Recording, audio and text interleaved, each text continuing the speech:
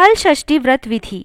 हिंदू पंचांग के अनुसार भाद्रपद के कृष्ण पक्ष की षष्ठी को बलराम जयंती मनाई जाती है, जिसे हल छठ भी कहते हैं। इसे पिन्नी छठ, कमर छठ, राधन छठ, चंदन छठ, तिन छठी, ललई छठ, तिन्नी छठ और कहीं कहीं पर इसे हल छठ या हर छठ के नाम से भी जाना जाता है। आज हम आपको इस त्योहार के महत्व तथा पूजा विधि के बारे में बता रहे हैं।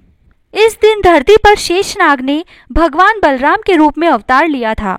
इस दिन जो महिलाएं सच्चे मन से व्रत और पूजा आदि करती है, इस व्रत के प्रभाव से उनकी संतान को लंबी आयु का आशीर्वाद प्राप्त होता है। साथ ही अगर निसंतान दंपति भी इस दिन व्रत करते हैं तो उन्हें भी संतान सुख की प्राप्ति जरूर होती है। इतना ही नहीं, अगर किसी की संतान किसी रोग से पीड़ित है तो उन्हें भी बलराम जयंती व्रत रखने की सलाह दी जाती है। और यही नहीं, हर छठ का व्रत पुत्रों की दीर्घ आयु और उनकी संपन्नता के लिए भी किया जाता है। ऐसा माना जाता है कि इस व्रत को करने से पुत्र पर आने वाले सभी संकट दूर हो जाते हैं। इस व्रत में महिलाओं को विधि पूर्वक से पूजा संपन्न करनी चाहिए और अंत में पुत्र की लंबी आयु और परिवार की सुख समृद्धि की कामना करनी चाहिए। प्राचीन समय से चली आ रही एक मान्यता ऐसी भी है कि जब भी किसी बच्चे का जन्म होता है तब पहले दिन से लेकर 6 महीने तक छठी माता ही सूक्ष्म रूप से बच्चे की देखभाल करती है। इसीलिए बच्चे के जन्म के 6वें दिन छठी माता की पूजा की जाती है। बलराम को शक्ति और बल का प्रतीक माना जाता है। साथ ही उन्हें एक आज्ञाकारी पुत्र, आदर्श भाई और एक अच्छे पति के रूप में भी देखा जाता है। उन्होंने सदैव अपने कर्तव्यों का पालन किया है। बलराम जी से सीख लेकर हमें हमेशा धर्म के मार्ग पर चलते हुए अपने सभी कर्तव्यों का पालन करना चाहिए। यह हमने आपको बताया कि हल षष्ठी का व्रत क्यों किया जाता है। अब हम आगे हल षष्ठी का व्रत कैसे करें, इसकी पूजा विधि क्या है, यह भी जान लेते हैं। हल षष्ठी की पूजा की विधि के अनुसार इस दिन व्रती को सुबह ब्रह्म मुहूर्त में उठकर स्नानादि से निवृत्त हो जाना चाहिए। अगर संभव हो तो महुआ का दातन जरूर करें। इसके बाद पूजा स्थल साफ कर ले। फिर पूजा स्थल के पास की दीवार के कुछ हिस्से पर गोबर से लीपें और उसमें भैंस के घी में सिंदूर मिलाकर उससे हल षष्ठी माता का चित्र बनाएं। फिर वहीं पास में मिट्टी का एक छोटा सा तालाब बनाकर उसमें पानी भर लें। अब आप पलाश की टहनी, कुश और झरबेरी के झाड़ को एक साथ गांठ बांधकर हर छठ बना लें।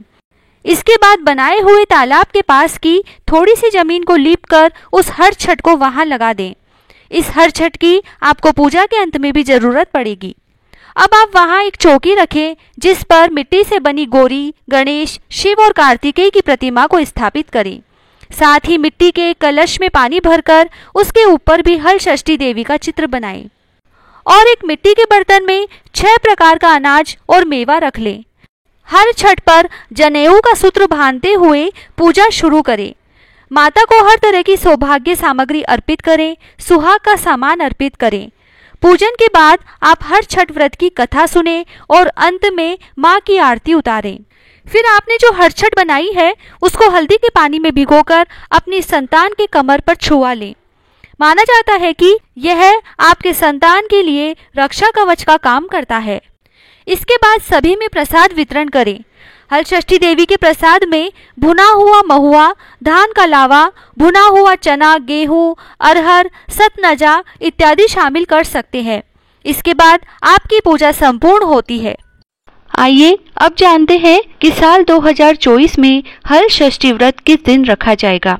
हिंदू पंचांग के अनुसार भादो के कृष्ण पक्ष की षष्ठी तिथि को हल षष्ठी व्रत रखा जाता है। साल 2024 में षष्ठी तिथि का प्रारंभ 24 अगस्त को दोपहर 12:30 पर होगा। वहीं षष्ठी तिथि की समाप्ति 25 अगस्त को सुबह 10:11 पर होगी। इसीलिए उदय तिथि के अनुसार हल षष्ठी का व्रत 25 अगस्त को रखा जाएगा। हल षष्ठी की कथा आपको जल्दी ही हमारे चैनल पर आने वाले वीडियो में मिल जाएगी। जय श्री राधे।